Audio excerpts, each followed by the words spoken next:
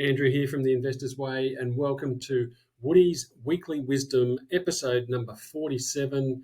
And this one is going to be one of my all-time favorites because it's finally an article that answers one of the age-old questions that I get asked all the time when it comes to what should I do with my cash? Should I pay off my mortgage, or should I do something different? And rather than rip this one apart, I'm actually going to agree with the majority of the article. But this is something that I've been talking about for so long. And in fact, as recently as with somebody last night. And so this is a really important article that requires a full episode dedicated to it, despite the distraction of another article that talked about the possibility of interest rates cuts coming our way sooner rather than later. So I will just plant that out there and say to you that in terms of the interest rate environment, it looks like we've reached the peak and the cuts are on their way. So that's a great thing. But we've done so much on interest rates in recent times that it was time to have a look at something different. And so this article is headed up $1 million investing mistake too many Aussies make. And like I always say to you, there's the headline is the clickbait, but thankfully in this case there is a little bit of truth. Well, there's a lot of truth to this headline, and it's going to lead me to explain to you one of my favorite analogies to understand the power of compounding and time, and the power that you hold in your hands when it comes to your money. So let's scroll down a little bit and let's dive into what it is that this article is all about. And basically it's telling us about what decision should you make when it comes to paying off your mortgage with extra payments or offset accounts versus investing that money. And it's a common question we get asked. And obviously, we've been brought up in this environment where paying off the mortgage is the be-all and end-all. And as I often explain to people, that if you put your entire focus and spare money into paying off your mortgage, you may pay off your mortgage much quicker and save yourself an enormous amount of interest. But at the end of the day, you're left with one asset that produces you no income. And whilst that's great that you have an unencumbered home and you're not making those mortgage repayments, the amount of time it's taken to do all of that is now gone, and you've got one asset producing no income to support you in your retirement. So that's the doom and gloom side of things. Let's have a look at some numbers. So we start out with the example here where the journalist is talking about saving an extra $200 per week on your mortgage over 30 years. And that's saving you over $500,000 in interest, which is magnificent. But if you were to invest that money, and looking at the average share market return of 9.8%, and so for those people who want to challenge that number, I often say it's between 8 and 12%. Over the long term, you could have turned that money into $1.5 million. So there is your $1 million mistake that the journalist is alluding to. And I won't necessarily call it a mistake. I'm going to call it a choice, because for some people, paying off their mortgage will be the decision that makes sense for them, and so be it. But here is an option, a choice, where we could put $200 a week to paying down our mortgage more quickly, or we could invest that money and we'd end up with a $1.5 million asset that's producing income, and as we're about to see, accumulating or compounding at dramatically rapid rates by the time it's got to that point. So there's the headline. There's the headline unwrapped, and the proof or the solution of the headline. So that's all great. The problem, and this is where I really enjoy this article the most, is that the problem we face is that the gains at the beginning are small. And therefore, for most people, this is where they look at it and just go, it's not worth my effort. The gains are not that much. I'm just going to pay off my mortgage. So the journalist here has done the job of saying, well, 1 year of making $200 weekly extra mortgage payments would save you interest of $290.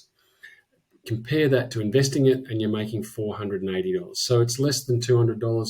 For a lot of people, they're just going to say, well, it's just not worth all that extra risk or time that's going to take me to know what's the best place to invest my money.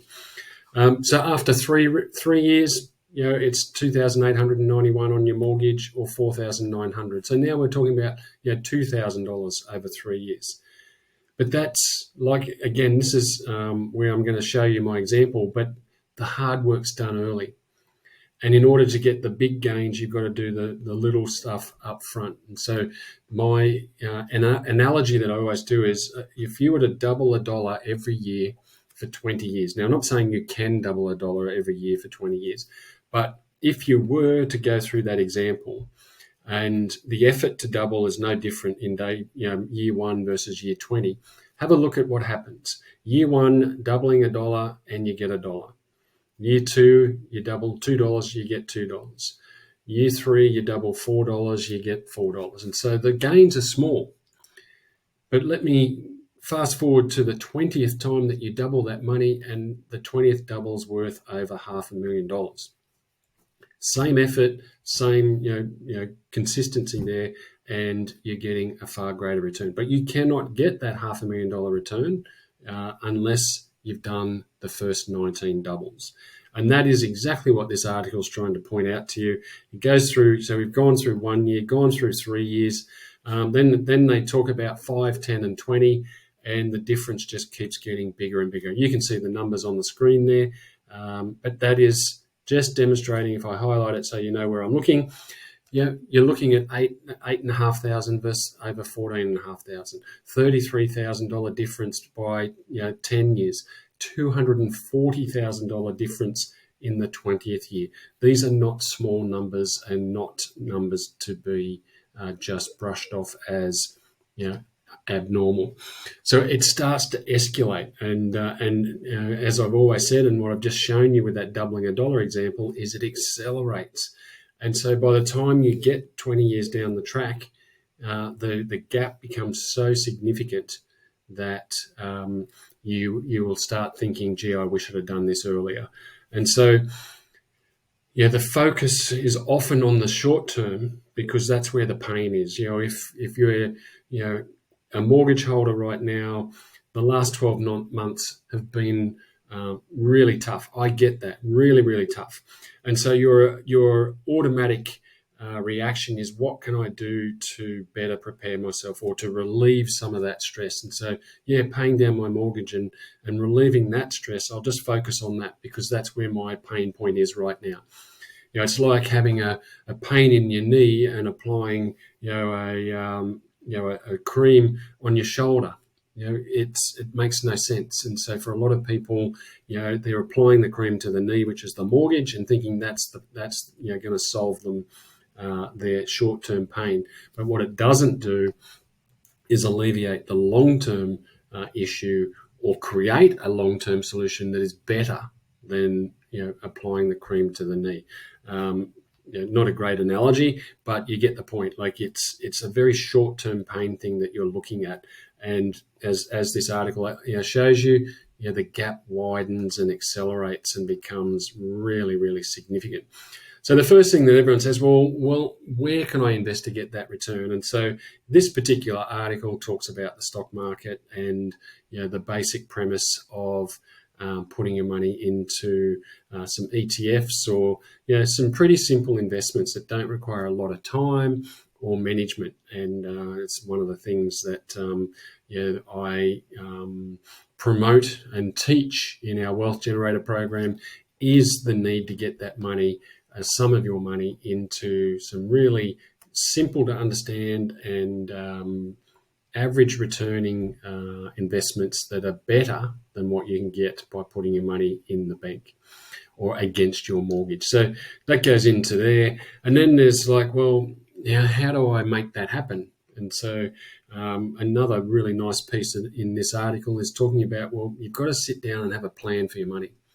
And so a huge part of what I teach is not going down the path of a budget. Budgets are a dirty word in my world.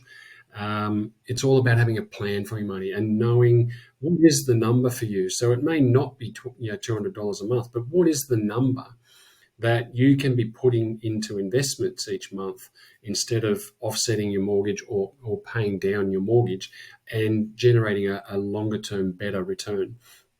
And so we look into all of those things and help. And the article here talks about all the different ways and means that you can accelerate your growth by increasing your income, getting rid of any unnecessary spending that in most cases for a lot of people, they don't even realize it's there. It's that leaky boat syndrome where money is falling out of our system without us really knowing where it's going. And so by having a plan for your money, you kind of cover over those leaks and prevent them from happening and put yourself in a position where you can optimize what's going into your investing activity so that down the track, you create that $1 million gap between where you would have been and where you are.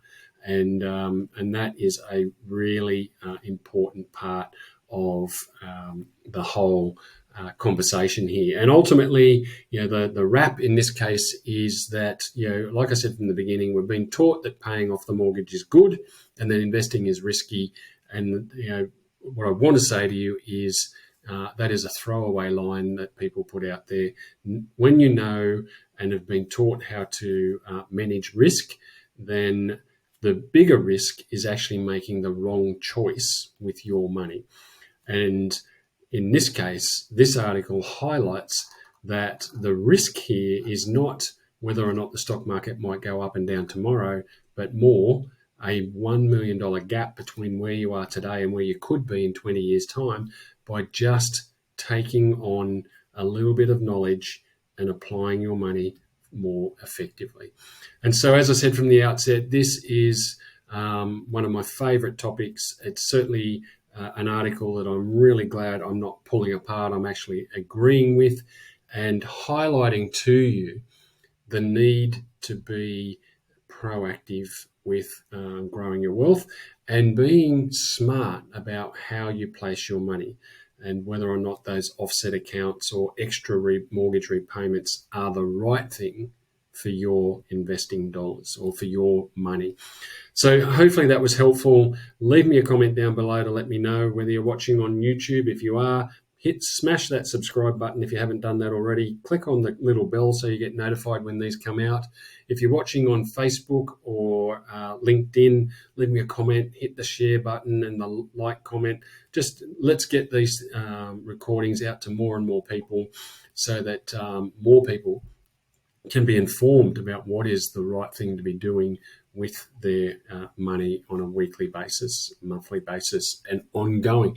So that is What is Weekly Wisdom, episode number 47 for this week. I'll see you again next week and hopefully more good news around those interest rates. Cheers.